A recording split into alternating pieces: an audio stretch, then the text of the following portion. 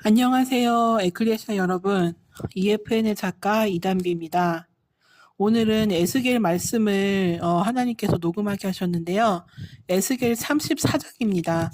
이 34장은 목자들과 양에 대해서 다루는데 오늘날 각 나라를 다스리는 지도자들과 그리고 국회의원들과 정치인들과 또 주의 종들, 즉 목사들과 그리고 직분자들 를 향해서 하나님께서 경고의 말씀을 던지시고 그 형벌의 말씀을 던지시는 말씀입니다. 일단 34장에 이제 처음부터 하나님께서 뭐라고 그러시냐면요. 에스겔 선지자를 통해서 이스라엘 목자들에게 예언하라고 말씀을 하셨어요. 이스라엘 목자들은 이스라엘을 다스리는 지도자들 또는 정치인들, 귀족들을 의미하기도 하고 제가 보기에는 여기는 종교, 그러니까 유대교 쪽의 어떤 종교 지도자들도 해당 사항인 것 같아요. 그러니까 정치와 종교 쪽에 있는 그 지도자들을 말하는 거예요. 상류층들을. 뭐라고 말씀하라고 하셨냐면은 주 여호와께서 이같이 말씀하시되 자기만 먹는 이스라엘 목자들은 화 있을진저 목자들이 양떼를 먹이는 것이 마땅하지 아니하냐. 너희가 살찐 양을 잡아 그 기름을 먹으며 그 털을 입되 양떼는 먹이지 아니하는도다. 즉 이스라엘의 그 지도자들이었던 사람들과 그리고 종교 지도자들이었던 사람들이 백성들을 착취의 대상으로만 여겨서 그들에게 세금을 걷어들이고 헌금을 걷어들였지만 그렇게 해서 자기들만 배부르고 자기들만 그 백성들을 통해서 이스라엘 백성들을 통해서 좋은 것을 먹고 좋은 것을 누렸는데 문제는 그 이스라엘 백성들에게는 아무것도 먹이지 않았대요. 그러니까 한마디로 이스라엘 백성들을 이스라엘 지도자들과 종교 지도자들이 착취의 대상, 말 그대로 돈으로만 보고 노동력으로만 보고 착취만 하고 백성들에게 뭔가를 해주거나 복지를 해주거나 아니면 백성들을 더 잘 살게 해주거나 이런 행동도 안 하고 심지어 생각조차 안 했다는 소리예요. 그러니까 하나님이 그걸 아시고 화가 나셔서 이제 얘기를 하시는 거예요. 그러면서 너희가 그 연약한 자를 강하게 아니하며 병든 자를 고치지 아니하며 상한 자를 싸매주지 아니하며 쫓기는 자를 돌아오게 하지 아니하며 잃어버린 자를 찾지 아니하고 다만 포악으로 그것들을 다스렸도다라고 하시면서 이 사람들이 이스라엘 백성들을 그냥 돈만 뺏어서 착취하고 노동력만 착취한 것이 아니라 이 백성들을 자기네가 보호하고 고치고 그리고 강하게 해줘야 할 이 백성들을 오히려 더 포악하게 다스리고 더 힘들게 만들었대요. 왜냐면은 그러면서 목자가 없으므로 그것들이 흩어져서 모든 들짐승의 밥이 되었도다라고 하면서 이스라엘 백성들을 양에 비유하고 이스라엘 지도자들과 종교 지도자들이었던 사람들은 이 악한 양들로 나중에 이렇게 악한 지도자들로 이렇게 표현을 하시는데요. 에스겔 34장 끝절 31절에 보면은 하나님께서 그래요. 이 양은 이 양은 너희는 사람이요라고 얘기를 하면서 이 양이 이스라엘 백성들, 즉 사람이라고 얘기를 하시면서 이제 끝에 가서 이제 그 비유에 대해서 얘기를 하시는데 얼마나 이 목자가 없었으면은 목자가 분명히 있어요. 목자는 이스라엘을 다스리는 지도자들과 종교 지도자들이 분명히 있는데도 이 백성들이 오히려 그들에게 계속 당해서 심지어 나중에는 그 외국으로 지금 에스겔서가 바벨론 포로기 때의 상황이니까 외국으로까지 끌려왔어요. 나라가 없어지고. 그 지도자들이 너무 부패하고 타락했기 때문에 하나님께서 바벨론을 들어 쓰셔가지고 물론 그때 백성들도 우상숭배를 하긴 했지만 근데 일단 그 지도자층들이 정치 지도자들과 종교 지도자들이 제대로 하나님을 믿고 국민들에게 백성들에게 모범을 보였으면은 백성들도 그들이 하나님을 섬기는 걸 보고 똑같이 섬겼을 거예요. 왜냐면은 이게 요즘도 그렇지만 은연중에 약간 상류층들이나 지도자층들의 그 영향력이 커요. 그래서 이 사람들이 선한 사람들이고 하나님을 잘 섬겼으면은 백성들도 분명히 똑같이 따라 했을 거예요. 근데 그러지 않았으니까 백성들이 영적으로나 육적으로나 너무 약해지고 죽어가게 돼가지고 결국은 하나님께서 바벨론을 들어 쓰셔서 이스라엘을 멸망 잠깐 시키시고, 그리고 하나님께서 뭐라 그러시냐면 나중에 너희 목자가 없으므로, 목자가 분명히 있는데 하나님은 목자가 없었다 그래, 이스라엘 백성들에게. 그래서 이 양들이, 이스라엘 백성들이 흩어지고 흩어져서 모든 들짐승의 밥이 되었도다라고 얘기를 하시면서, 내 양떼가 모든 산과 높은 맷뿌리에마다 유리되었고 내 양떼가 온 지면에 흩어졌을 때 찾고 찾는 자가 없었도다. 자기 백성들이 죽어나가든 어디로 흩어지든 이스라엘 종교 지도자들과 정치 지도자들은 신경도 안 썼다는 거예요. 그 사람들이 자기들 눈앞에서 백성들이 죽어나가든 말든 신경도 안 쓰고 자기네 먹고 마시고 살찌는 것만, 기름지는 것만 생각했다, 이 얘기를 하시면서, 그러므로 목자들아 여호와의 말씀을 들을지어다. 주 여호와의 말씀에 내가 나의 삶을 두고 맹세하노라.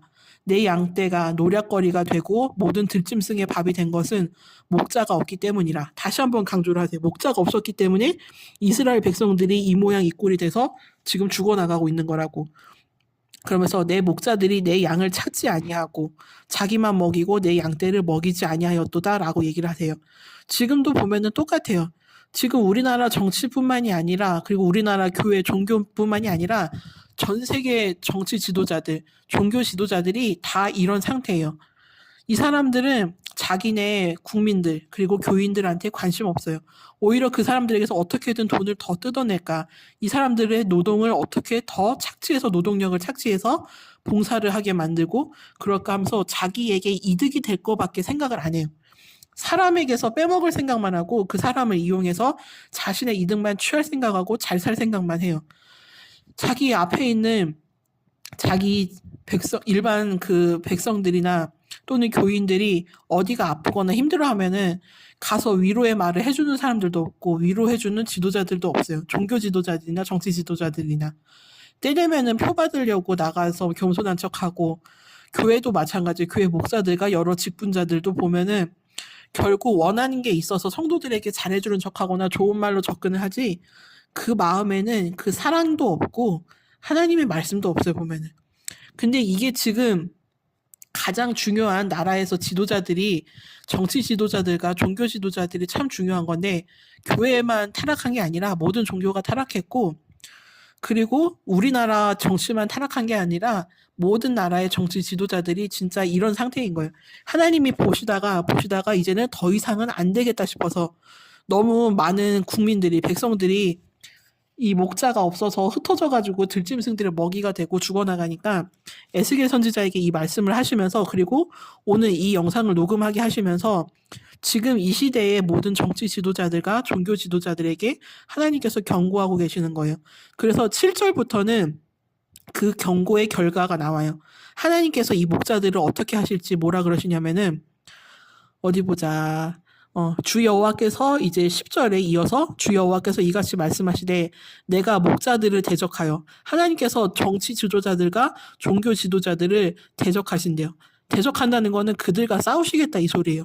그들과 싸워서 그들을 처벌하시고 형벌을 내리시고 심판하시겠다는 소리예요.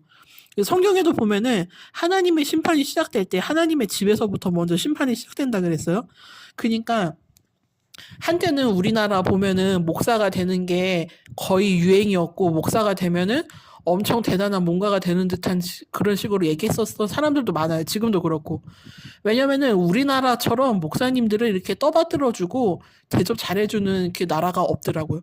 다른 데는 이렇게까지 안 해요. 우리나라처럼은. 그냥 하나의 직업이나 그냥 진짜 같은 가족이나 동료 같이 보는 그런 식의 목사로 대하거나 그 정도인데, 우리나라처럼 진짜 극진히 목사를 떠받드는 나라들은 없어요. 그렇기 때문에 이 얘기도 이 얘기지만 또한 정치 지도자들도 마찬가지예요. 정치 지도자들도 그 표 하나를 얻으려고 서로 보면은 대접도 하고 상납도 하고 뭐 여러 가지가 많고 그러는데, 정말 가장 타락하지 말아야 할 두 부류가 정치 지도자들과 종교 지도자들인데, 지금 이 두 부류가 전 세계적으로 우리나라뿐만이 아니라 다 타락하고 부패하니까 지금 보면은 모든 사람들이, 전 세계 사람들이 다 힘들다, 죽을 것 같다라는 고들을 하는데, 아무도 위로를 안 해줘요. 왜냐면은 그 사람들이 하나님께서 지도자로 세워놓은 거면은 백성들을 살피고 국민들을 살펴서 그들을 위로하고 그들이 아프면은 고쳐주고 그러면서 그들을 먹이고 입히고 그리고 그들을 보호하라고 그 자리에 앉혀놓은 건데 그 높은 자리에 앉은 사람들은 그 자리에 앉는 순간 그 생각은 떠나가고 자신에게 어떻게 이득이 하나라도 더 생길까? 어떻게 저 사람들에게서 더 많은 것을 착취하고 빼앗을까? 그 생각밖에 없어요. 그래서 이 얘기를 하시면서 이제는 그들이 그 지도자들이 목자들이 다시는 자기도 먹이지 못할 거래요. 자기 자신도 이제 아무것도 이제 못 먹고 그 백성들에서 어떠한 것도 이제 착취하지 못할 거래요. 국민들에게서.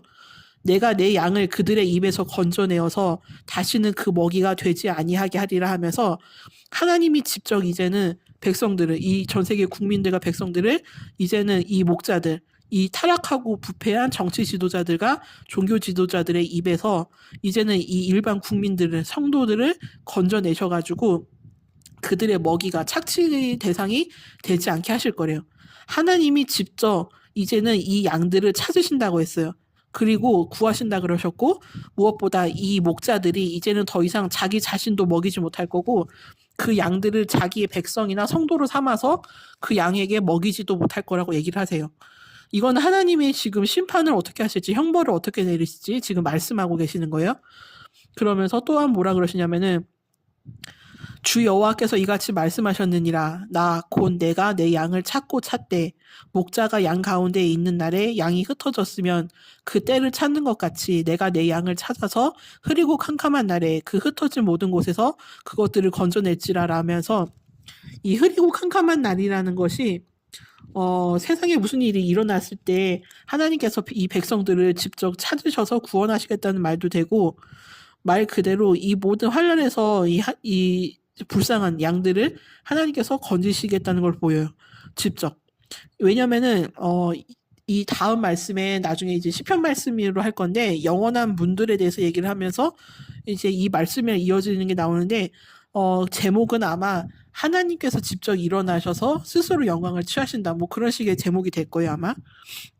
이제는 하나님이 이제는 그 지도자들의 그 추태를 보고서 하시는 행태를 보시고서 이제는 가만히 계시지 않고 스스로 직접 일어나셔서 보좌에서 스스로 일어나셔서 스스로 영광을 취하시고 행동을 하실 거예요. 여기서도 지금 에스겔서 말씀에 보면은 스스로 하나님께서 자기의 손으로 직접 백성들을 그 부패한 목자들에게서 건져내고 구원하실 거라고 얘기를 하세요. 그러면서 이제 이 사람들을 이제 끌어내셔서 구원하셔서 이스라엘 산 위에와 시냇가에와 그 땅 모든 거주지에서 먹이되 좋은 꼴을 먹이고 그 우리를 이스라엘 높은 산에 두리니 그것들이 그곳에 있는 좋은 우리에 누워 있으며 이스라엘 산에서 살찐 꼴을 먹으리라 라면서 하나님께서 직접 양의 목자가 되셔가지고 이 양들, 이 사람들을 그곳에서 좋은 꼴을 먹게 할 거고 안전하게 보호를 하셔서 우리 안에서 누워서 보호하게 하시면서 이제 직접 누워서 살찐 꼴을 먹게 하실 거래요. 하나님께서 친히 이제 이 모든 사람들을 보살피시고 돌보실 거라고 얘기를 하세요. 그래서 그 양들, 이 일반 국민들과 백성들과 성도들은 하나님께서 설치하신 그 높은 그 산에서 안전한 곳에서 좋은 것을 먹고 마시며 그 보호하심 속에서 편하게 누워 있으면서 지내게 될 거래요. 그리고 하나님께서 이 얘기를 하시면서 아까 어디 보자. 아까 그 34장 4절에서는 그 목자들이 연약한 자를 강하게 하지 아니하고 병든 자를 고치지 아니하고 상한 자를 싸매주지 아니하며 쫓기는 자를 돌아오게 하지 아니하며 잃어버린 자를 찾지 아니하고 다만 포악으로 그것들을 다스렸도다라고 얘기를 하셨는데 이제 이 16절에서 반대로 얘기하세요. 너희 사람 목자인 너희 지도자들은 그렇게 백성들을 내버리고 찾지 않고 고쳐주지 않았지만 나는 이제 16절에서 이렇게 얘기하세요. 그 잃어버린 자를 내가 찾으며 쫓기는 자를 내가 돌아오게 하며 상한 자를 내가 싸매주며 병든 자를 내가 강하게 하려니와 살찐 자와 강한 자는 내가 없애고 정의대로 그것들을 먹이리라 라고 얘기를 하세요. 나는 반대로 그 양들을 찾아가지고 아프면 고쳐줄 거고 찾아다니면서 내가 다 구원해줄 거라고 얘기를 하세요.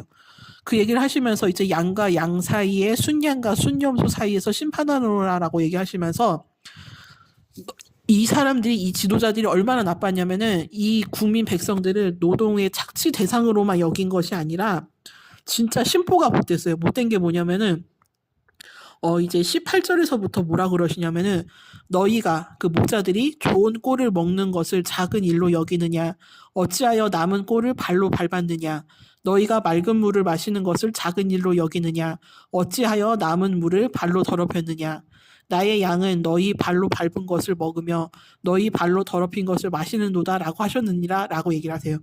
이게 무슨 소리냐면은 이 목자들이 좋은 꼴을 먹다가 너무 막 좋은 꼴이 많으니까 남잖아요.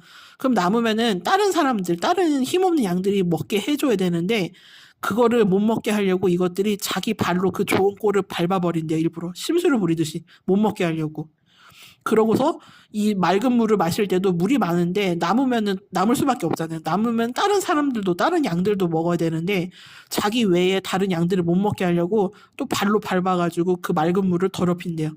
근데 이 약한 양들은 어쩔 수 없이 먹어야 되니까 먹고 마셔야 되니까 이 목자들이 심술을 부려놓고 못 먹게 한 발로 더럽혀 놓은 그 꼴과 물을 그래도 먹는데요. 왜냐면 먹어야 사니까. 그러니까 이 사람들이 진짜 심보가 못된 거예요, 보면은. 왜냐면은 자기네가 이제 뭐 일을 해먹고 돈을 해먹고 남으면은 그거를 주변 사람에게 나눠주든지 아니면은 어차피 자기네는 이미 많으니까 더 이상 뺏을 필요도 없고 더 이상 돈이 있을 필요도 없는데 그거를 그런데도 계속 자기네만 혼자 차지하려고 주변에 약한 사람들에게는 주지 않으려고 심술을 부리면서 아주 온갖 추태를 부려가지고 이 사람들에게 이제 행패를 부리는 거예요. 왜 그런 말이 있잖아요. 약한 사람한테는 강하고 강한 사람한테는 약하다라는 말이. 이런 사람들이 그런 부류인 거예요. 근데 이 목자들이 정치 지도자들과 종교 지도자들이 그런 부류였던 거고 그런 일들을 지금까지 해왔대요. 그래서 하나님이 정말 화가 나신 거예요. 그래서 내가 직접 내 손으로 내 백성들을 내 양들을 직접 구원해서 너희 입 안에서 구원해낼 거라고 빼낼 것이라고 얘기를 하신 거예요. 그래서 이거를 읽으면서 진짜 심보가 못돼도 이렇게 못했나라는 생각이 제가 정말 저절로 들 정도였어요. 그러면서 그러므로 주 여호와께서 그들에게 이같이 말씀하시되 나 곧 내가 살찐 양과 파리한 양 사이에서 심판하리라 라고 얘기를 하시면서 이 목자들이 옆구리와 어깨로 밀어뜨리고 모든 병든 자를 뿔로 받아 무리를 밖으로 흩어지게 하는도다. 이 약한 그 양들을 보면 그냥 내버려 둬도 알아서 죽을 텐데 이 약해져 있는 양들을 굳이 자기네 옆구리와 어깨로 밀어뜨려서 모든 병든 자들, 모든 병든 이 양들을 뿔로 받아가지고 밖으로 흩어지게 해가지고 죽게 만들고 이제 들짐승들의 먹이가 되게 했대요. 그러니까 이 사람들이 그냥 가진 걸로 자기네가 가진 걸로 자자대손 살 수 있는데 그 정도면 충분히 가졌는데도 이 가진 걸로 만족을 못하고 더 얻으려고 하고 그리고 다른 사람들이 자기네가 누린 것을 누리지 못하게 하려고 이제 단독으로만 갖고 있으려고 하고 욕심을 부리는 거죠.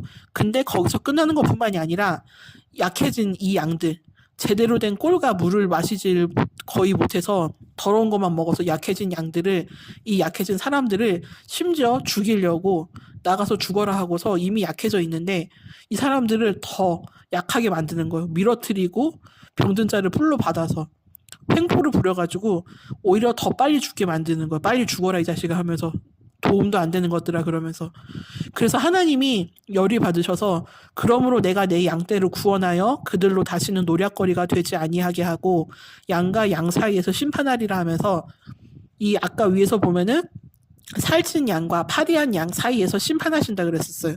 파리한 양은 힘없는 양들, 국민들, 백성들을 의미하고 성도들을 의미하고 살찐 양들은 부패하고 타락한 종교 지도자들과 그리고 정치 지도자를 얘기하는 거예요. 그 얘기를 하시면서 이제 하나님이 심판하리라라고 이제 대놓고 얘기를 하세요. 그리고 심판으로 끝나지 않으시고 또 심판한 다음에 무엇을 우리에게 주시냐면은 한 목자를 그들 위에 세워 먹이게 하리니 그는 내 종 다윗이라 그가 그들을 먹이고 그들의 목자가 될지라 하면서 제대로 된 목자 정치 지도자든 종교 지도자든 제대로 된 목자를 우리에게 이제 주신다라고 얘기를 하시는 거예요. 이게 나중에 보면은 예수님을 의미하는 것도 되지만 다윗이라고 굳이 표현을 하셨어요. 그 한 목자를. 나중에 어떤 랍비인가 누구는 천녀 왕국 때 이스라엘을 다스릴 사람은 왕은 다윗이라 그랬고 예수님은 전 세계를 다스리실 거라고 얘기한 사람들도 있었어요. 그래서 다윗이 이 약한 양들 위에 한 목자가 되어서 그들을 먹이게 할 거고 그들의 목자가 되게 할 거라면서 나 여호와는 그들의 하나님이 되고 내 종 다윗은 그들 중에 왕이 되리라. 나 여호와의 말이니라 라고 얘기하면서 한 목자를 주시는 선한 목자를 주시는 거에서만 끝나지 않으시고 또 무엇을 하시냐면은 내가 또 그 양들과 그들과 화평의 언약을 맺고 악한 짐승을 그 땅에서 그치게 하리니 우리와 이제 화평의 언약을 맺으셔서 우리에게 평화, 샬롬을 주신다고 얘기를 하시면서 악한 짐승을 몰아내실 거래요. 그래서 우리가 그곳에서 편하고 안전하게 그리고 풍성하게 지내게 해주실 거라고 얘기를 하면서 그들이 빈들의 평안이 거하며 숲을 가운데서 잘지라라 하면서 완전한 샬롬을 약속하세요. 그리고 또한 그들에게 복을 내리고 내 산 사방에 복을 내리며 때를 따라 소낙비를 내리되 복된 소낙비를 내리리라 하면서 비까지 내려주신다고 얘기를 하세요. 때를 따라서. 이 비는 정말 중요한 거예요. 이게 은혜, 영적으로나 육적으로나 은혜와 풍성함을 상징하니까요. 그 얘기를 하시면서 그러한 즉 밭에 나무가 열매를 맺으며 땅이 그 소산을 내리니 그들이 그 땅에서 평안할지라. 내가 그들의 멍에 나무를 꺾고 그들을 종으로 삼은 자의 손에서 그들을 건져낸 후에 내가 여호와인 줄을 그들이 알겠고 그들이 다시는 이방의 노략거리가 되지 아니하며 땅의 짐승들에게 잡아먹히지도 아니하고 평안히 거주하리니 놀랄 사람이 없으리라 라고 얘기하면서 이 사람들과 이제 평화의 언약을 우리가 맺으시니까 우리가 더 이상은 놀랄 일도 없고 이방의 노략거리가 되지도 않고 그리고 땅의 짐승들 이 악한 목자들에게도 이제는 당하지 않을 거라고 얘기를 하세요.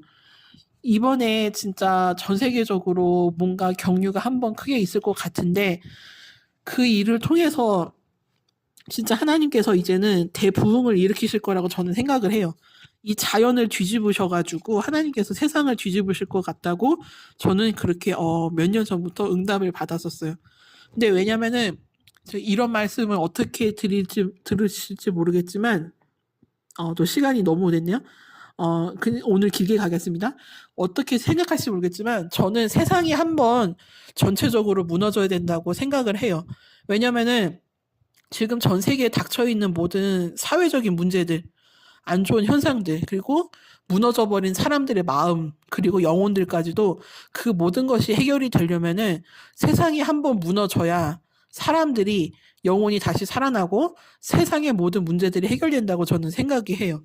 왜냐면은 방법이 그거밖에 없어요, 지금. 왜냐면 그 무너짐을 통해서 사람들은 이제 깨달을 거예요. 자신들의 이전의 삶이 얼마나 행복한 삶이었는지, 그리고 자신들이 이전에 그렇게 미워하던 사람들이 얼마나 사랑스러운 사람들이었고, 얼마나 귀중한 존재들이었는지를 깨닫게 됐고, 그 정말 자신들이 괴롭다 생각했던 세상이 그리고 정말 지루한 일상이다라고 생각했었던 그 삶이 얼마나 평화롭고 풍요롭고 안전한 거였는지를 깨닫게 될 거예요. 왜냐면 사람이 잃어봐야 알듯이 이게 잃기 전에는 그 소중함을 몰라요. 사람이든 세상이든 간에. 근데 사람이든 세상이든 한번 잃어보면은 그 모든 게 무너져 버리면은 사람들은 이제 깨달아요. 아, 그때가 좋았구나.